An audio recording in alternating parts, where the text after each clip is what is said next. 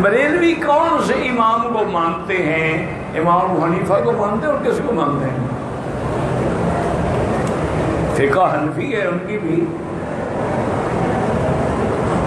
ہم پاکستان جا رہے ہیں، عائشہ انشاءاللہ پتہ نہیں کیا رکھا، بار جا رہے ہیں، اللہ خیریت سے لے جائے آپ کو۔ میرا ایک دوست کا بھائی قید میں ہے، اللہ آزادی عطا فرمائے، اللہ ہر بے گناہ جو قید میں ہیں اللہ سب کو رہائی عطا فرمائے۔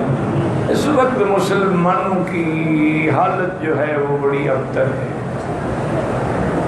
انا للہ و انا الیہ راجعون۔ ہر ملک کی جیلوں میں مسلمان،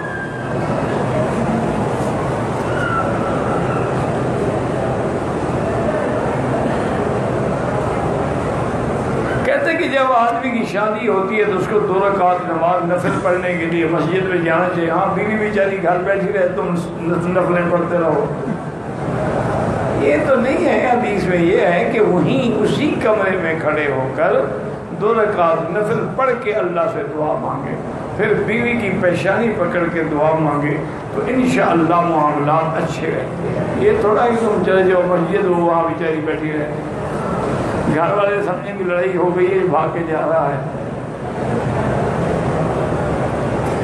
میں سعودیہ میں مقیم ہوں، 2 بچے ہیں، ان کو قرآن پاک کی تعلیم دلانا چاہتا ہوں تو بالکل دلائیں، اس میں کیا ہے؟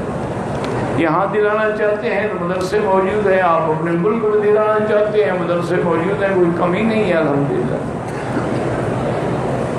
میں جدہ میں رہتا ہوں، کیا میں احرام جدے سے بھی پہنوں گا یا پھر میقات؟ بھائی وہی اگر عمرہ کر رہے ہیں جدے سے احرام باندھ کے بھی کر سکتے ہیں، مسجد عائشہ سے۔